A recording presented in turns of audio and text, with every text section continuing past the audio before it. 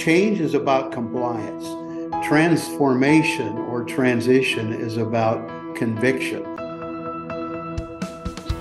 Hi, I'm Karl Vaters, and welcome to the Church Lobby, Conversations on Faith and Ministry. My guest in this episode is Bud Brown. He's the author of Lifeless to New Life, Biblical Prayers to Resurrect the Lifeless Church. Bud and I talk about how to help the congregation become agents of life and hope in a dying church through the power of prayer. We also talk about why it's so important to bring the congregation along on this transformational journey, especially in small churches where the congregation has such a strong voice along with the will of the pastor and primarily along with the will of God.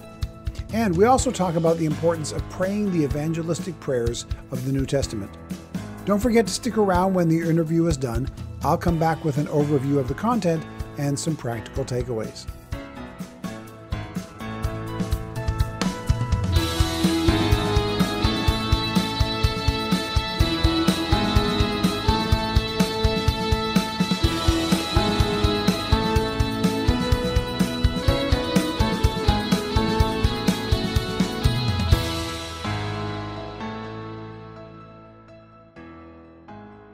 Well, welcome, Bud. It is good to have you on the podcast today.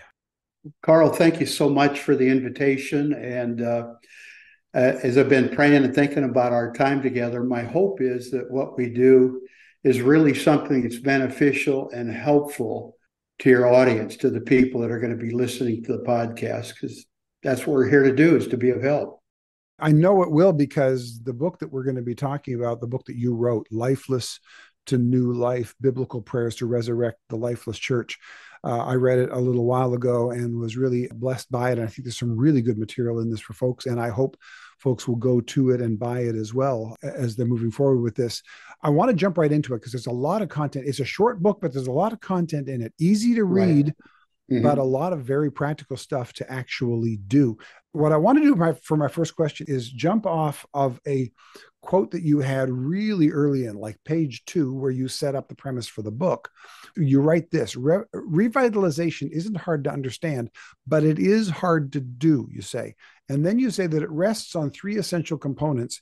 And I love this because it looks very much like a Venn diagram that I put in my book, Small Church Essentials, and that I talk about with a lot of pastors, where the 3 components are: 1, a skilled pastor; 2, a willing congregation; and 3, Jesus' blessing.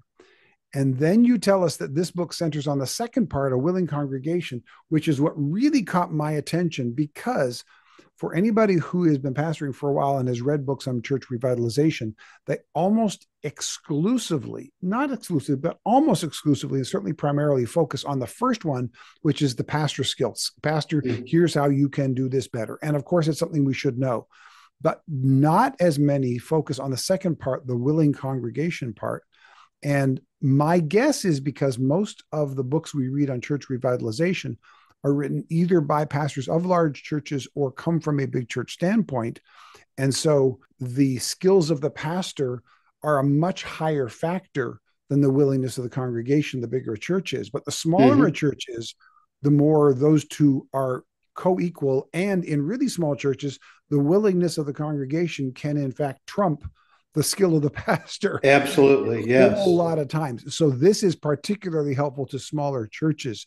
With that in mind, how was it that you came to this realization and enough interest in it to write a book that really centers on how do we as pastors help the congregation come towards a willingness for the kind of change that a church needs for revitalization? Well, I think the genesis of the book, the idea, grew out of 20 plus years of working with pastors, working with churches, serving as an intentional interim of churches that were between pastors. Also, at the same time, kind of surveying what other consultants, what other church growth people were saying out there. And then what I experienced was you can do all the right things. You can do the things that those that maybe are more experienced or have done more research or at least write more books have done tell us to do.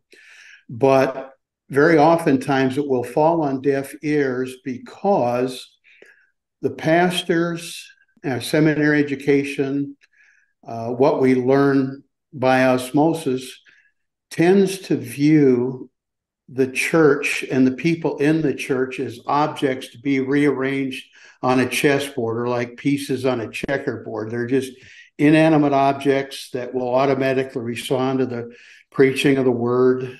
Parenthetically, when I graduated from seminary, kind of the message that we got back in the 80s was preach it and they will come, as though good expository preaching were in itself sufficient to cause the church to grow. So all that to say that the idea grew out of disappointment with the fact that much of what I found written in books and my colleagues found written in books doesn't work until you take the spiritual, the systems dynamics of the church and the congregation into account. Add to that that during my time as an intentional interim pastor, going from church to church and helping them prepare for their next settled pastor, I came to realize, and I hope this doesn't come across as harsh, I intend it to be a little bit humorous with an element of truth, is that most churches are dysfunctional families. And until you address the dysfunction, you're not going to pave the way for the church to become healthy and to grow. So the church has to be willing, and it's the pastor's job to get the church to the place where they're willing. That's how I see it. So, gotcha. I like that definition because we often say the church is a family, and scripturally that obviously is true. But I think adding the word dysfunctional helps people clarify their expectations. Right. Perhaps. Yeah. Right. Because that's a little bit more of what we run into when we think it's a family, like everything's going to be awesome. And then you pause and go, well, take a look at your family. Does it always work perfectly? No, we're kind of a mess at times. Well, the church too. So I think that clarifies. Right. Absolutely. And so, the factors that feed into or create a church that is unwilling to embrace change are multiple and manifold. But generally speaking, in my experience, what I found is that several factors tend to be prominent. Number one, the church itself has a history of pastors who don't fully understand what their role as the pastor is, which is to prepare the church to move to the place that God intends it to be. You go to that Ephesians 4 passage where we are called to equip the saints. I mean, that means that we're there to repair what's broken. We're there to replace what's missing. And also at times, and somewhat more painful, we're there to remove what's not working, yet sucks up all of our resources. So the unwillingness isn't simply because people are hard-hearted and cold and indifferent to the things of the Lord. You will find a few of those people here and there, but I think largely the churches are unwilling because they have not been properly taught or trained what the church's role in the mission of God and what the individual member's role is in the mission of the church. So probably a broad generalization, but I think that covers most of the cases. Yeah, I agree with that. And again, the approach you take in the book, first of all, as we've established, you're addressing how to help the congregation become more willing to move towards the revitalization that's needed. And then you talk about the strategy. And again, I'm going to quote you from it. The strategy is simple, you say, get people in plateaued churches to pray the evangelistic prayers of the New Testament. Yep. It sounds simple to the point of simplistic. So how can it be that simple? Obviously, you break it out in the rest of the book, but let's start with that. Is when I first read it, I paused at that point because I thought that is almost overly simplified, and yet obviously it's not. So walk us through that. How is it that praying the evangelistic prayers of the New Testament can be the answer to what ails us? Is that really what you're saying? And if so, how? Well, I wish that it was a panacea to everything that ails us, but specifically what I'm addressing is how do you move a church that is inward focused and that is preoccupied with its own needs or the needs and the care of the congregation, and to begin to shift out to the world and to see what God sees, so that their heart begins to long for the things that God longs for, which includes seeing people won. So is it simple? In theory, yeah. In execution, it's much more difficult because you're battling against a whole lot of factors that have to be dealt with. But I think that you can build a case right from the teachings of Christ himself. And I'm thinking of the passage in Matthew 9, chapter 9, verses 37, 38, where we're told to pray to the Lord of the harvest that he will send in more harvesters. Then immediately in the next chapter, in chapter 10, Jesus then calls his disciples to himself and deploys them on gospel preaching mission to go out into the countrysides and the villages where Jesus himself is going to go. So I think that establishes the principle that prayer precedes the call and the entrance into ministry. And when we pray in that fashion, we're exposing ourselves not only to the Word of God, but we're exposing ourselves to the Holy Spirit in prayer, who changes our hearts slowly and over a period of time. And when we begin to see small answers to those prayers, something as simple as an unexpected conversation that takes a spiritual direction with somebody that you once thought had no spiritual interest whatsoever, when we begin to see little small, I call them green shoots, answers to our prayers, that does something in us, and we begin to recognize that when we are in prayer, we are actually partnering with God, who is on mission to fulfill his promise to Abraham, that people from every nation, every tribe, every tongue, every ethnic group is on his heart, and he wants to rescue them. So I think that on the surface, yeah, I think you're right, Karl. It's simple, but once you get behind the scenes and begin to examine what happens when we pray and how these prayers are manifest in the New Testament, there's much more depth there than we realize. So maybe instead of looking at it as being overly simple or simplistic, it's more like a pool of water that has the sky and the clouds and the sunlight reflecting on it. And when you step into it, you don't know how deep it is. But when you jump in, all of a sudden, you're up to your armpits in the water. It's a lot deeper than what it looks like. So, yeah, you point this out so well in the book over and over again, how often prayer is the first priority, and quite often even the first word in Christ's command to us to go and evangelize. The passage you just mentioned, pray the Lord of the harvest to send workers into the harvest field. I have heard that my entire life, and somehow I've filtered that passage, pray the Lord of the harvest that he will send workers into the harvest field. I've filtered that into my own brain as find workers for the harvest field or go into the harvest field. In my brain, I skip over the first word. Yeah. He's not just saying send laborers. He's not saying find laborers. He's not even saying train laborers.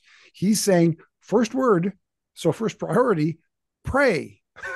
Right. Yep. Make your prayers that God will send people into the, and then as I read that and read through the book, the number of times that you show us prayer is first word and often first priority. Why is it that we so quickly want to diminish the value of, or quite frankly, in our minds sometimes just skip right over prayer and get to strategy? What is it about prayer that we devalue so much? Oh, wow. That's a great question. And I wrestle with that a lot myself as well. I think that part of the answer to your question has to do with how has God hardwired us as persons? Some of us just want to get in. We see a problem. We want to come up with a solution. We want to get people ready to roll and tackle that problem, then move on to the next one. So some of us, our first reaction to any problem is to jump in and solve that problem. And that happens. That's what I am. That's what I was before I got saved, when I was in the business world. And even as a pastor, my mind is immediately thinking, okay, what can we do to solve this problem? What can I do to organize us and get this thing going? And I lose the fact that, wait a minute, this is Jesus's work. It's not mine. I'm just here to help him. I kind of lose that spiritual perspective at times. And then I think perhaps I'm a little bit guarded in this observation, but I think there's some element to it that very often, by virtue of our training, we come to think we are sufficient for all problems that come up in the church. And it takes, I'm a slow learner. It took me about 10 years after seminary to recognize, wait a minute. In seminary, they only taught you about 15% of what I needed to know in order to pastor a church well. So I think it's partly training. I think it might be partly personality. And then we as Americans tend to be very pragmatic. What we're interested in knowing, first of all, is not what's good and what's true. The first thing we're interested in knowing is what works. And so I think there's probably a number of factors in that, and plenty of opportunity for us to repent of that error. Yeah. If we're talking about, okay, what works, as you point out, Jesus actually promised that he would answer our prayers if we pray for fruitful evangelistic ministry. Yeah. So it's kind of like going for a home loan. And if you're pre-approved before you go in, then you've got a much freer search, because you know you're going to get such amount of money if you're actually pre-approved. And imagine going into our prayers and knowing there are certain prayers that Jesus pre-approves. Yeah, that's a good way to put it. Why not start with the thing that has already been pre-approved, guaranteed by Jesus? He will answer our prayers for fruitful and effective ministry. 3 times in the upper room discourse, John 15, 16, and 17, or excuse me, 14, 15, 16, 17, he promises that he will ask, whatever we ask the Father in his name will be answered, will be given, will be done unto us. And in the upper room discourse, when you look at the literary and the theological structure of that text, that entire episode from chapter 13 through chapter 17, Jesus is preparing his friends, his disciples, for mission. I haven't found any place else in the Bible outside of those 3 instances in a context of people going on mission for Jesus, where you have the absolute prayer, anything you ask, I will do it for you. There is, possibly a oblique reference when Jesus says, if you have faith, you can command this mountain to be cast into the sea, which is obviously a form of hyperbole. But that prayer is, as you said, a pre-approved prayer 3 times in the upper room as he's getting his disciples ready to go out to the field to carry the gospel of Christ out there. So I think it's it's an amazing promise, and one that I spent too many years not giving its full weight and consideration to. Yeah, let's be purposeful about what you're purposeful about in the book, which is, so this is not just a conversation about praying. It's about helping the congregation become praying people. Yes. So we're talking to pastors, not congregation members primarily. So let's talk to the pastors out there. If you would, for me, talk to the pastors about why is it important for us to help our congregation become prayers about this? And what are some of the steps that we can take to help our congregation, first of all, recognize the value of praying for church revitalization in their own life? And how do we help them start getting to those places? Because it's not just about pastoral prayer, that matters, but you're really pushing towards, let's turn our people into praying people towards this, as the essential first step towards church revitalization. So how do we start doing that?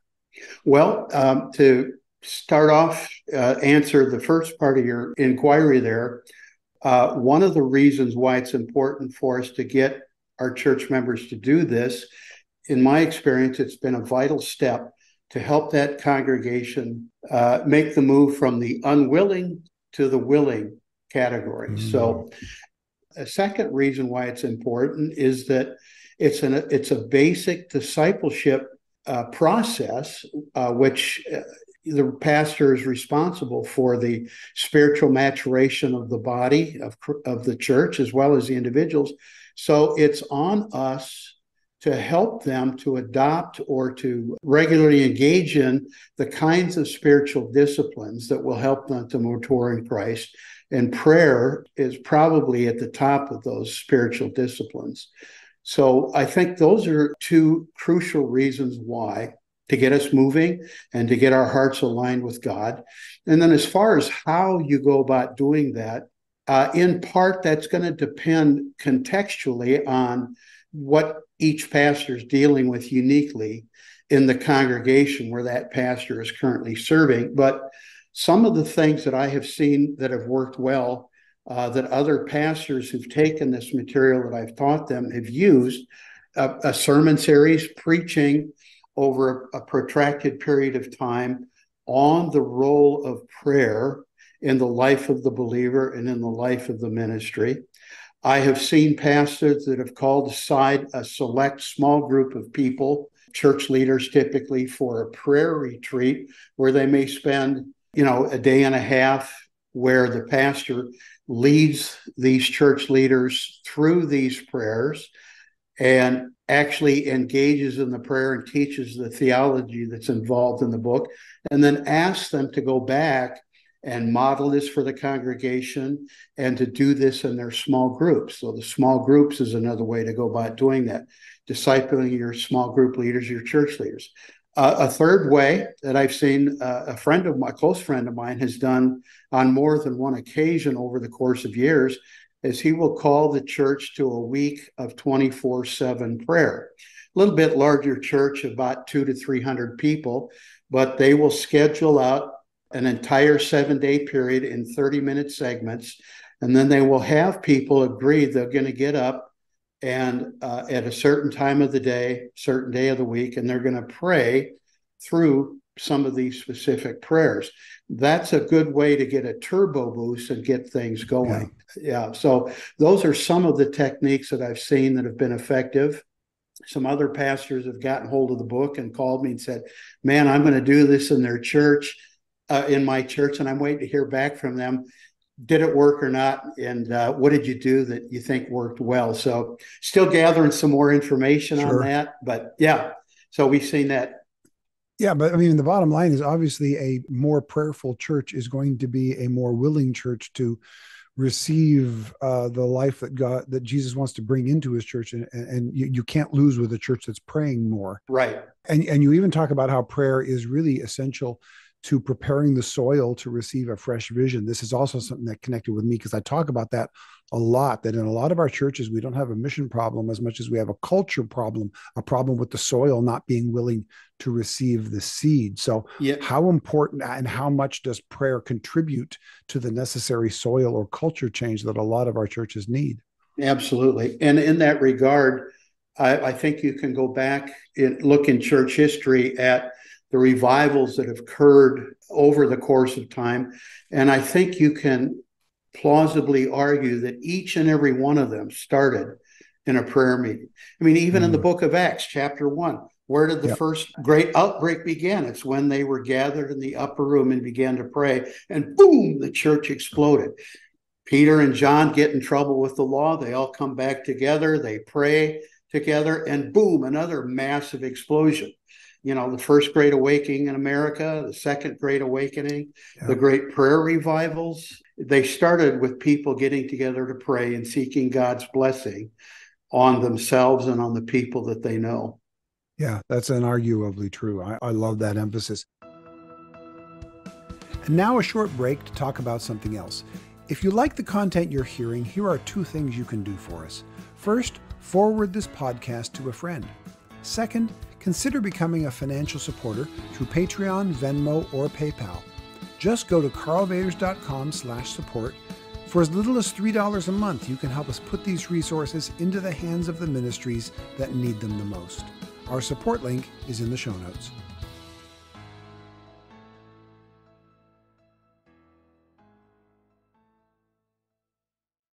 You also talk about that there's a difference between change and transition. We often use those as synonyms, but you talk about how a transition actually goes much deeper. You even include some neurobiological issues, which is always fascinating to me. So can you walk us through some of the differences between change and transition and why it matters? Right. In the book, I refer to change as being primarily behavioral. As the pastor, we say, I want us as a church to do this, that, or the other thing. And a percentage of the people will make those changes, they'll go along with them. And as long as the pastor is there to kind of keep his hand on the wheel and make sure that they don't run off into the ditch, Right. those changes are good to go. But they are not deep internal changes in how we think and how we see the world. Those are transitions or transformations. So a transformation is a fundamental change in worldview or a fundamental adaptation or revivification of biblical values that then produce the change in behavior that we're looking for. This was really driven home to me. My first church, I pastored a church in the Southwest for 5 years. The people were willing to go through some of the changes that are requested. We changed some of the ways that we conducted our worship services, added a little bit more updated instruments. We added a few elements to the prayer service to make it a little bit more engaging and attractive to the people in the church themselves. And they went along with all those changes. It was great. They were happy to do that. But when I left and the next pastor came along, it wasn't hardly any time at all. And all of those changes were undone. Yeah. They were undone because I had not done the deeper work of explaining to the people why these changes were necessary in order for them to be effective in reaching their local community. That led me into some research about what is it that makes lasting change happen in people's lives. And I realized it's not simply getting them to change how they behave, but it's getting them to change how they think and how they feel. That's what transformation is all about. Yeah, and we often concentrate on the surface change, on the methods, on the programs, on a new worship style or whatever. And I think maybe because they're easier and because they're so visible, you can see the change happening. But so many of us, I don't know of any pastor who's been in pastoring any length of time who can't point out several churches that they know of, perhaps churches that they've pastored, where it looked like everything had changed and the transition happened. And then a pastor leaves and a new one comes in, or some other thing happens. And next thing you know, they've all fallen back into the bad habits again. There was no actual transformation that took place in the church. It was all just surface adjustments. Right. I don't remember if I used this metaphor in the book or not, but the difference is compliance on the one hand and conviction on the other. Change is about compliance. Transformation or transition is about conviction. They own those values. Yeah, absolutely. You do make a reference to first order changes and second order changes. What's the difference between those and why do they matter? Well, first order change could be considered to be things that are behavioral, things that are seen on the surface, things that we observe from a distance. Second order change oftentimes are not seen directly because they are internal, their mental processes, way of thinking, and values that are deep, that are lasting and permanent. So that's kind of the Reader's Digest version. Yeah. And again, prayer, when it truly is prayer and not just simply repeating words, goes deep to that heart of that transformation. Absolutely.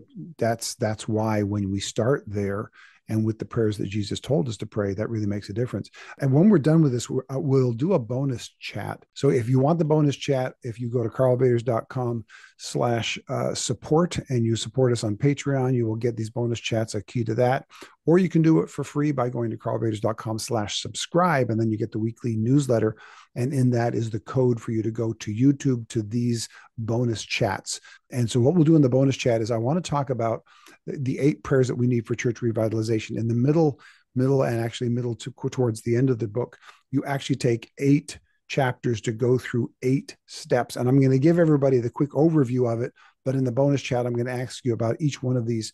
We're going to talk about that we need to pray for laborers, pray for open doors, pray for eyes to see, pray for wise words, pray for boldness, pray for people by name, and pray for conversions. And you show how these are biblical prayers that Jesus tells us to pray, and that if we do these, we can see how it's going to be not just change, but actual transition and actual transformation. So for those of you who do want to do that, karlvaters.com/subscribe or /support will put you on the list, and you'll get the information. You can go and you can get the bonus content. But before we go into the bonus content, which folks can get later, and even before we get to the lightning round, I do want to come in with the way you close the book. You end with some very, very practical steps for pastors to help get these changes started in their congregation. Right. You start by saying that churches have old habits that need to be replaced with new ones. So what are some of those old habits? What are the new habits we need to take, and how do we help them transition from one to the other? Well, one old habit that may need to be visited and changed or modified, we no longer do prayer meetings because it's inconvenient. Back in the 60s, 70s, 80s, when I was coming up in ministry, Wednesday night prayer meeting was a given, and everybody was deeply involved. As a matter of fact, if I could just do a brief little sidetrack on that issue. When my wife and I got saved, we were attending a small Baptist church here in Arizona, and the pastor made a statement in one of his sermons, and that is, Christian people get together and they pray for the work of the Lord. So being new, we didn't realize that Christian people getting together to pray meant that you go to church on Wednesday night and you have a 15-minute devotional and a 10-minute prayer. So what we did, not knowing any better, we got together some friends that had gotten baptized at the same time we had, and 5 or 6 other people. We gathered at our house and we said, great, we're going to have a prayer meeting. We all looked at each other. Well, what do we do? So seriously, Karl. So we got out the yellow legal pads and we started sharing prayer requests. So we had a couple of pages of prayer requests, and then we broke up together in twos. Some sat in chairs, some laid on the floor, and we started praying. And our first prayer meeting went for like 2 hours. And we did that every week. And sometimes they were maybe an hour, other times, 3 hours or longer. And it surprised the heck out of us as new believers, because God actually began answering prayers. So one of the habits that we need to break is what we think of a prayer, what I think a prayer meeting consists of. Yeah, there you go. Yeah. If your church or the people that are listening, you have prayer meetings on Wednesday nights, fantastic. Don't stop that, but make it a genuine prayer meeting. So I think that's one thing that has to change. Another thing, another habit that I think needs to change is that of low expectations when it comes to prayer meetings. Now, pastors, I think, rightfully expect their church leaders, whether they're elders or deacons or whatever, to actually engage in the ministry of church leadership. Pastors rightfully expect faithful church members to show up for the meetings of the church on Sunday for worship and fellowship and all that. But the expectations for people to pray are minuscule. Yeah. We are so readily forgive, or we don't hold people accountable for their prayer lives. And that's a habit that we've fallen into. And I think it's something that needs to change. I think another habit that needs to change in this regard is that when we gather to pray, typically all of the prayers focus on our own personal needs or the needs of family members. My daughter's co-worker has a daughter who is in labor and is struggling mightily, and the child may be in danger. So we all quick get together to pray for that. Or we may pray for, my wife has been going through some tests recently, some concerns about whether she might have some form of blood cancer. Doesn't look like she does, thankfully, but those kinds of things are important, but they become the center and the focus of our prayers, which feeds into an overall mindset that needs to change. And that is, in each believer's life, he or she thinks he or she is the center of what God is doing in the universe. And we need to change that habit of thinking. God is not here for my benefit. The church is not here for my benefit. The church is here for the benefit of the world, to help God fulfill his mission. And I'm here to help the church be obedient to God. And when we change that habit of thinking in our prayers, suddenly our prayers take on a much larger cosmic orientation that's focused on seeing God act in the world in a way that redeems people and glorifies his son, Jesus Christ. So there's habits of behavior, there's habits of low expectation, habits of thinking that need to all change. Yeah, and prayer is an absolute key to all of that. I completely agree. Last question before the lightning round. I'm going to get into a little bit of potential controversy here for some folks. Sure. You write, when it comes to prayer, it is a slower process. The kind of change you're talking about is not instantaneous. It's about transformation, and it's a slower process. And then you write, pastors who relish thinking big thoughts, who preach big ideas, or who are inclined to take direct action will struggle with this, that those pastors will struggle with the long-term approach. And especially they'll struggle when inevitably a certain amount of momentum wanes and you've got to push through those times to the other side of that. But almost all of the revitalization stuff that most of us read takes exactly the opposite approach. And it urges us to think big thoughts, preach big ideas, take direct action. And you're saying that pastors who have that approach are going to have some real struggle with this long-term approach. So walk us through some of that and why this change of thinking is so important. Sure. I approach the question and I view the terms from the perspective of the Berkman profile. It's nothing that we want to get into here, but the Berkman personality profile is a tool that my colleagues and I have used in all of our research. In the Berkman profile, we identify people in four broad categories. One broad category is the doer, the guy that likes to roll up his sleeves, gets things done, organized, like we talked about earlier in our conversation. And we want to see things happen. And when things don't happen, our first response is mid-course correction. Okay, what have I missed? What did I overlook? Who's not doing their job? What went wrong? And so those people like that, the doers, tend to become very impatient when they can't see regular progress. The big thinker guys, those are the guys that like to delve deeply into theology, psychology, cultures, worldview, whatever the case may be. And they foresee the future. They think big thoughts. They have big plans about the future. But they get bored with the day in, day out, put one foot in front of the other, keep the process going, part of the process that is required to execute a long-term strategy. And so speaking about myself, for example, I'll use myself as a bad example because I fall into both camps. Once I have a plan up and running, once I figure out how to solve a problem, I immediately get bored. I want to give it to somebody else and I want to go do something else. Okay. I don't consider myself a scholar, but I read extensively. And in my own juvenile way, I think deep thoughts.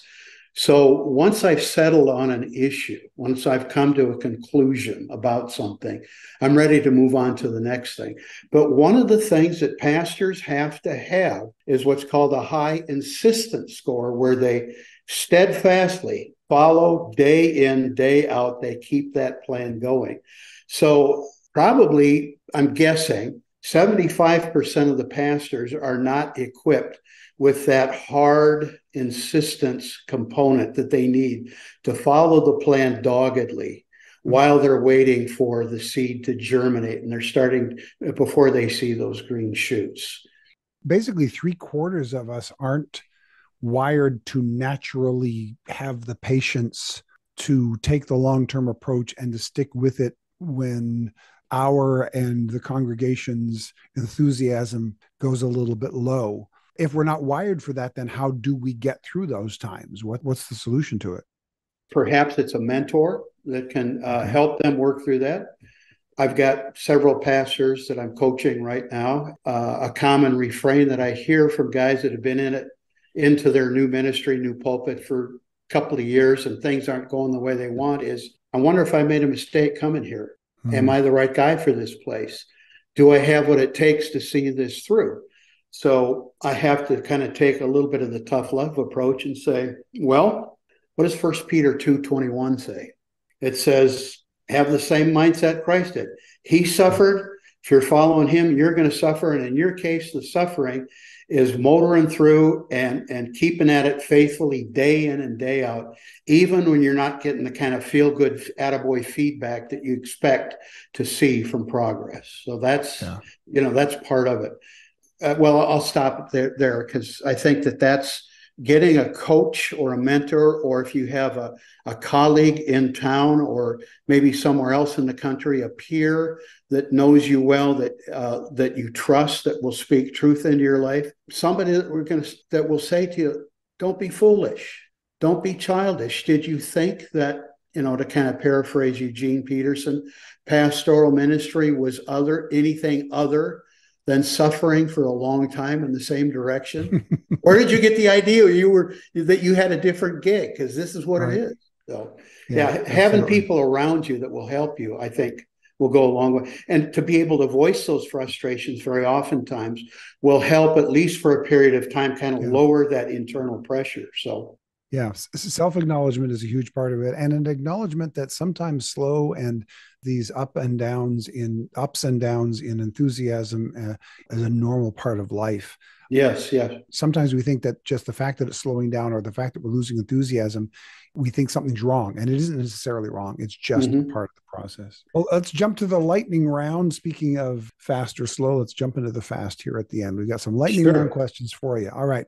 What are the biggest changes you've seen in your field of ministry in the last few years, and how have you adapted to it?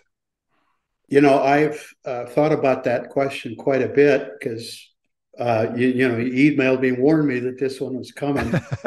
In the last 5 years or so, I would say that there are two major movements going on within evangelical Christianity that have direct impact on what pastors are experiencing and especially what churches are experiencing. And the first one is this broad move that's picking up steam towards the bivocational model of church ministry. Some pastors are doing it out of choice because they want the marketplace ministry opportunities. Others are doing it out of necessity because they're in congregations that can't afford to pay them a living wage. And as you can well imagine, this creates tremendous problems for the pastors because the reality is there are no part-time pastors. You may be getting part-time pay, but you're still doing part-time work. And the congregation does not understand that employer, the employer is the one that's helping you to put beans and tortillas on the table for your family. The employer comes first because that's the one that's keeping your family afloat. In terms of what Turnaround Pastors has been doing to address this, a couple of things. One of them is we several years ago started talking about, and we've begun implementing changes to our training model. Before COVID really slammed into us and kind of set everybody upside down, our training model consisted of 40-hour immersion boot camps, we call them, where we would get pastors away to a conference center or someplace where there are no phones, hopefully no Wi-Fi service. And it was from right after breakfast and to right up until dinner time at 6. It's classroom work. It's breakout sessions working on individual projects. And they went away. They had the beginning of a complete understanding of what they needed to do as pastors. They went away with understanding what they needed to do in the church, and they had the beginning of an effective strategic model that would carry them forward for several years. Yeah. Well, that's not practical for bivocational pastors. So we've gone to a new model. Our next session actually starts here in a couple of weeks, where on Monday nights for 4 hours for 6 consecutive weeks in a video setting like this, We lead them through the training. We have guest speakers come in, or some of our own staff will come in and do the training. And then in between weeks, they'll have an assignment that they need to do that will help them consolidate their learning. And then we follow that up with a 1-year cohort group where 2 or 3 people that went through the boot camp training, online boot camp training together, will meet. They'll review the videos. They'll talk about what they've learned.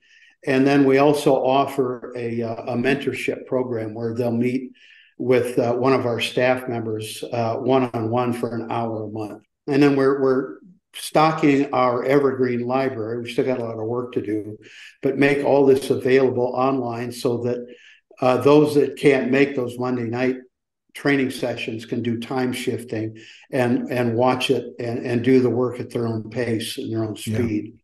Yeah, that's great. The bivocational even it's changing enough that we're actually creating new terms like co-vocational for those who are choosing to do so intentionally. That's all available at turnaroundpastor.com. Is that where that people could go to find that? Yeah, on our webpage, if they go there, they'll see, the training opportunities that we have to offer. And then when they come up, we push them out through social media channels as well, and in our newsletter. Yeah. And we'll put that all those links in the show notes. So second question, what free resource like an app or a website has helped you lately that you'd recommend for small church ministry? To be honest with this question, I have to say that I have not been a settled pastor in a small church or a large church for 20 years now. So I've been a church consultant. I've been a trainer. I've taught some seminary classes and what have you. So I think in order to be fair to your audience, I need to answer them what I find helpful to me now. And hopefully that'll be of some use to them. The first thing that I have found to be extremely helpful in my study and in my research is this: a pen and a piece of paper or a notebook. I deliberately, although I think my online library with Logos Research is like 5,000 volumes. I have gone to getting books that I no longer own through interlibrary loan, and then I sit down with them, and I've got, as a matter of fact, here is, right now I'm working through my study on a book by a Lutheran theologian on justification. And I found that by moving away from typing everything in a keyboard and cutting and pasting out of a program, by writing slowly and reflectively, I understand it better and I recall it better. The other thing that I do quite a bit is I listen to podcasts from people that are from different theological schools of thought than my own, because I find if you can find a podcast that I happen to prefer podcasts that are basically exegetical discussions through the Bible. 20 to 30 minutes will really help me to open up my eyes and see things that I've missed or reevaluate conclusions that I've held without reconsidering. And then one podcast in particular, I think helps me to speak more clearly and articulately to the culture, and I think will help small church pastors, is one called The Genius of Thomas Sowell. Thomas Sowell is a well-known economist. He's published like 70 books. And in the podcast, what they do is they tease out how Thomas Sowell thinks, how he formulates the way that he speaks to the world. And I have found it to be very refreshing to help me move away from geek theology speak and speak in plain, simple language like I do in the book that we're talking about here. To me, it's just wonderfully refreshing to be able to take extremely complex ideas and communicate them simply to people, because that's what they need. And the Thomas Sowell podcast has helped me with that. We'll make sure we put the links to those in the show notes as well. Third question in the lightning round here: what's the best piece of ministry advice you've ever received? Oh, wonderful.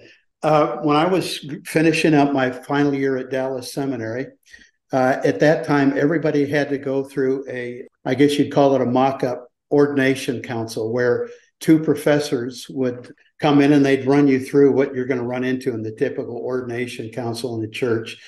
And in the course of that, one of the professors, Bob Sahlstrom, professor at Dallas Seminary, said, settle in for the long haul by taking care of your family and your health. There is no glory to burning out early in ministry. And haven't always been 100% following Bob's advice, but by and large, I've really tried to protect my family, my health. So even though we had 4 kids, all PKs, they all turned out pretty well. And at 75 years of age, by the grace of God, I'm still going strong. So that's great. No, that's great advice. Absolutely. So what's the funniest or weirdest thing you've ever seen in church? That would be the day that Lucky, the rescue dog, walked the aisle and got saved.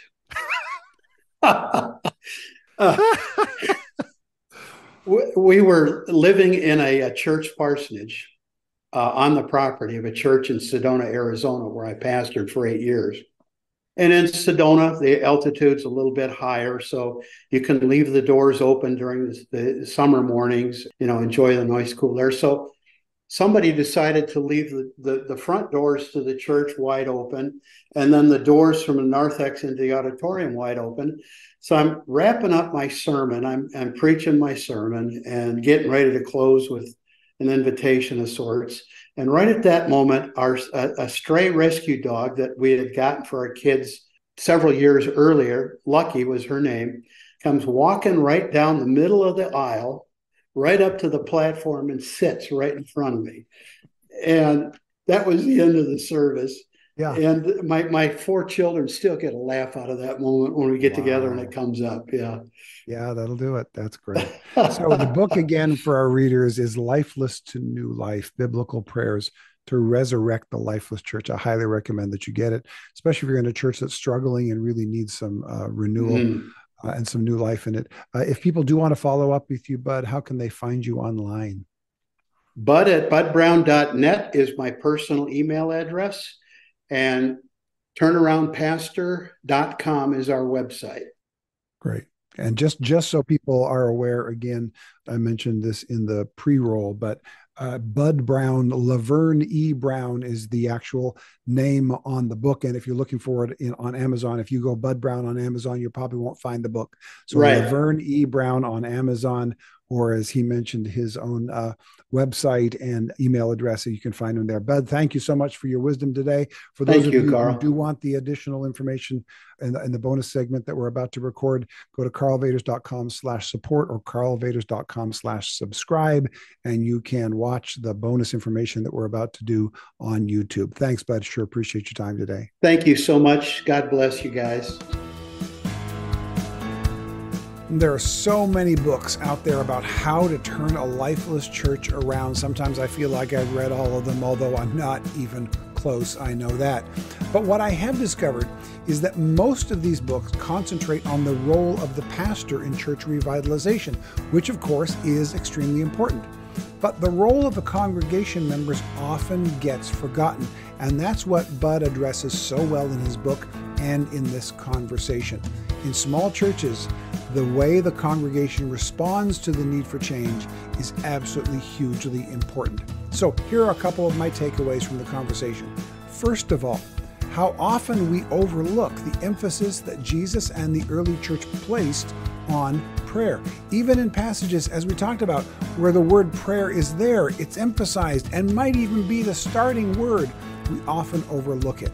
Secondly, how important it is to prepare the soil to receive a fresh vision on behalf of the congregation. We can't just throw good seed on bad soil, but we try to do that too often. Prayer is the greatest way to help the soil become soft and ready to receive what God wants to do among us. And then my final takeaway is we need to talk about how to help a congregation embrace deep transition and not just surface change. And there's no better way to do that than by starting with prayer. This episode was produced by Veronica Beaver.